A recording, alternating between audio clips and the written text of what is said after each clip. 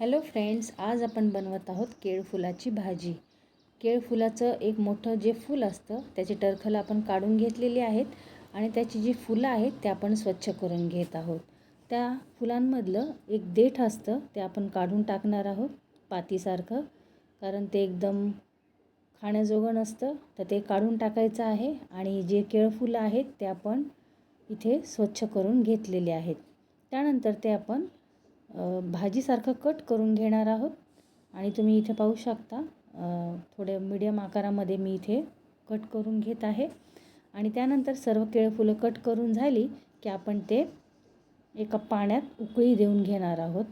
तर एका पातेल्यामध्ये पाणी घातलेलं आहे आणि केळफुलं घालून त्यात आपण मीठ आणि हळद घातलेली आहे आणि ते आपण एक उकळी काढून घेणार आहोत। त्याचा जो तुरटपणा आहे तो काढण्यासाठी आपण हे केळफुलं एक उकळी काढून घेत आहोत। इथे आपले केळफुलं शिजून झाले आहेत, त्याचं पाणी आपण निथळून काढणार आहोत आणि त्यानंतर लगेचच आपण त्याची भाजी बनवणार आहोत। त्यासाठी थोडंसं खोबरं सुरुवातीला मी मिक्सरमध्ये वाटून घेत आहे। कढईवर कांदा एक मीडियम आकाराचा कट करून कांदा परतून घेतलेला आहे, सोबत कढीपत्ता देखील आपण फोडणीसाठी घातलेला आहे। त्यानंतर एक चमचा आपण अद्रक लसूणची पेस्ट देखील घातलेली आहे। हे सर्व आपण तेलावर परतून घ्यायचं आहे आणि त्यानंतर आपलं खोबऱ्याचं वाटण आपण ह्यामध्ये घालणार आहोत। खोबऱ्याचं वाटण घालून आपण ते खोबरं देखील व्यवस्थित तेलावर परतून घ्यायचं आहे। आपला मसाला परतत असतानाच आपण भाजीसोबत थोडीशी मसुरीची डाळ देखील ह्यामध्ये घालणार आहोत। तर ही भाजी मसुरीची डाळ किंवा काळे चणे ह्यासोबतच केली जाते। तर आपण मसुरीची डाळ एक मूठभर घेतलेली होती वाटीमध्ये, ती धुवून घ्यायची आहे। आणि आपण फोडणीमध्ये पाहतच आहात की आपण थोडे पावडर मसाले घालत आहे।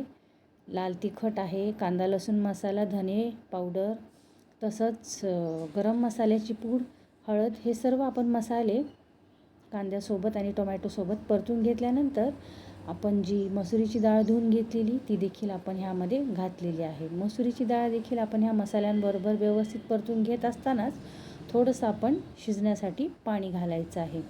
मसुरीची डाळ लगेचच शिजते, त्यामुळे आपण थोडंसंच पाणी घातलेलं आहे आणि लगेचच आपण जे केळफुलं एका पाण्यात उकळून काढले होते ते आपण त्यामध्ये घालून घ्यायचे आहेत। हे सर्व एकत्र करून आपण 5 मिनटं झाकण ठेवून वाफ काढून घ्यायची आहे।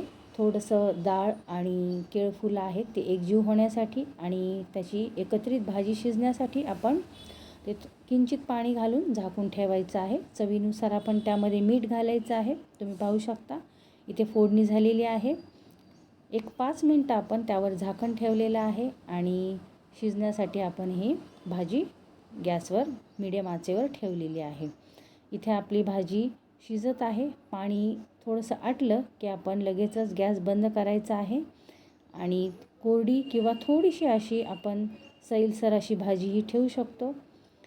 तर आपण पाहू शकता आपली इथे डाळ शिजलेली आहे, सोबतच भाजी देखील, केळफुलं देखील शिजलेली आहेत आणि आपण लगेचच आणखी 2 मिनटं झाकण ठेवलेलं आहे आणि आपली भाजी इथे कोरडी शिजून तयार झालेली आहे।